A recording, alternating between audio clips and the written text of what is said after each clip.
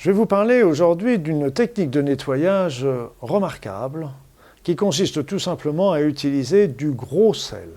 Mais attention, il s'agit là du gros sel marin non raffiné. Okay. Ce gros sel a des vertus extraordinaires pour le nettoyage. Je ne parle pas là non plus du sel de l'Himalaya, du sel rocheux. Les sels de l'Himalaya, les sels rocheux sont très intéressants aussi, mais sont des sels qui vont plutôt être utilisés pour revigorer, pour régénérer, pour tous ces éléments positifs au niveau du corps. Tandis que le gros sel de mer va pouvoir à ce moment-là, lui, plutôt nous absorber toutes les énergies négatives. Alors le gros sel va bien plus loin que d'absorber simplement les énergies négatives. Le gros sel nous permet d'effacer toutes les mémoires. Toutes les mémoires. Et que ce soit des mémoires positives ou des mémoires négatives, ça efface tout, ça remet la pendule à zéro. Donc ce gros sel est très intéressant dans plusieurs situations. Par exemple, vous pouvez utiliser ce gros sel dans votre habitation.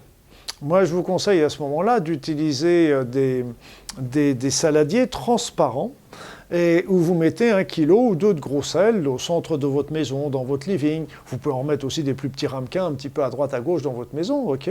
Et là, vous mettez ce gros sel. Et là, l'intérêt qu'il soit transparent, c'est que ça va vous permettre de suivre, de regarder un petit peu la couleur de ce sel. Parce que si vous voyez qu'il commence à changer de couleur, à devenir noirâtre, à devenir sale, etc., ça veut dire qu'il s'est beaucoup imprégné des énergies négatives ambiantes. Et donc, il faut penser à ce moment-là, le changer plus souvent dès qu'il commence à devenir un peu trop noir, un peu trop sale. Et donc là, c'est intéressant parce que ces gros sels, sans que vous n'ayez rien de spécial à faire, eh bien, va simplement, lui, par lui-même, va se charger des mauvaises énergies qui se trouvent dans votre pièce, dans la pièce où il se trouve. Et si vous mettez ça dans votre maison, dans votre chambre à coucher, vous pouvez en disposer soit un gros ramequin, soit des petits ramequins situés, par exemple, aux 4 coins de la pièce pour nettoyer les énergies mauvaises qui pourraient venir perturber votre vie.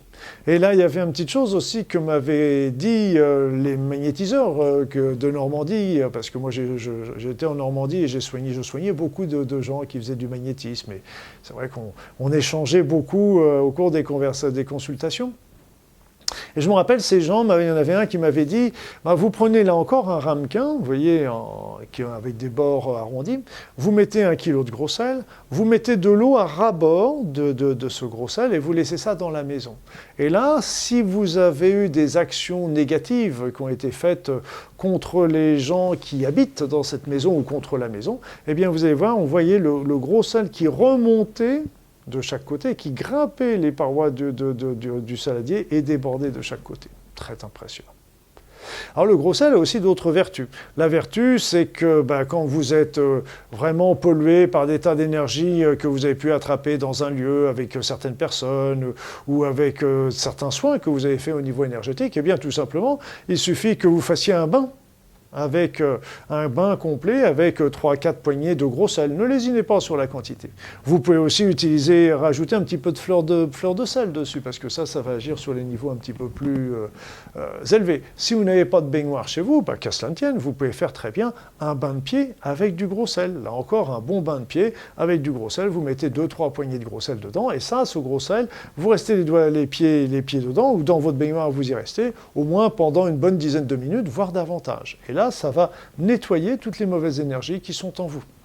Et là, si vous faites des soins énergétiques, eh bien, vous savez qu'on prend souvent, là, avec la transmutation, on n'a plus tellement ce facteur-là. Mais sans la transmutation, avant, on prenait les choses, et puis à ce moment-là, on peut, au lieu de les jeter à l'autre bout de l'univers, eh bien là, on peut les prendre et les jeter dans une petite bassine avec du gros sel, et là, ça va se charger de neutraliser toutes ces énergies négatives.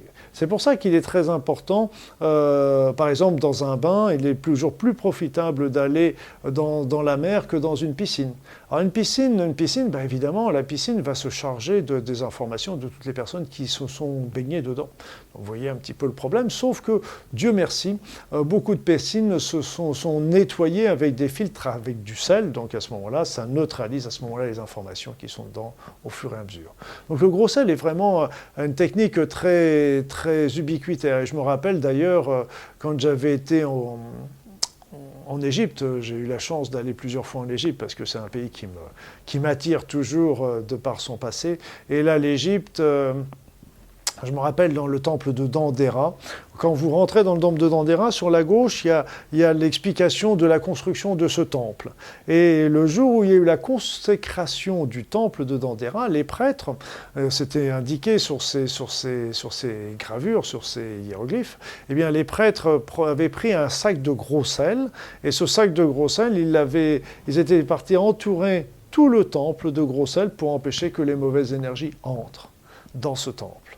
Et moi, je me rappelle aussi, en Normandie, les Normands avaient l'habitude de mettre plusieurs poignées de gros sel sous la dalle, la grosse dalle en grès qui était sur le seuil des maisons, des anciennes maisons normandes, pour empêcher, là encore, que les mauvaises énergies rentrent. Si vous voulez, le gros sel est vraiment un élément qui est connu depuis des milliers d'années, qui a été utilisé des milliers d'années. Et rappelez-vous, le gros sel neutralise toutes les informations, remet tout à zéro. Et on a vu ça avec la structure de l'eau.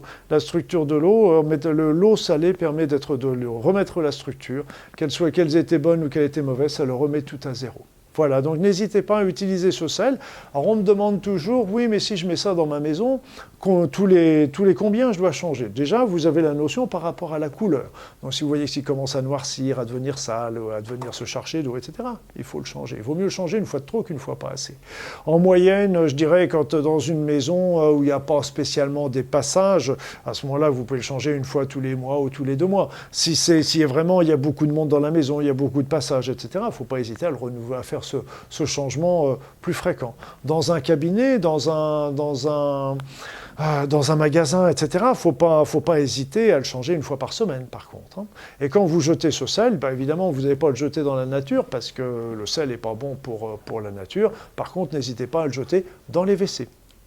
Voilà, donc, à vous de jouer, mes amis.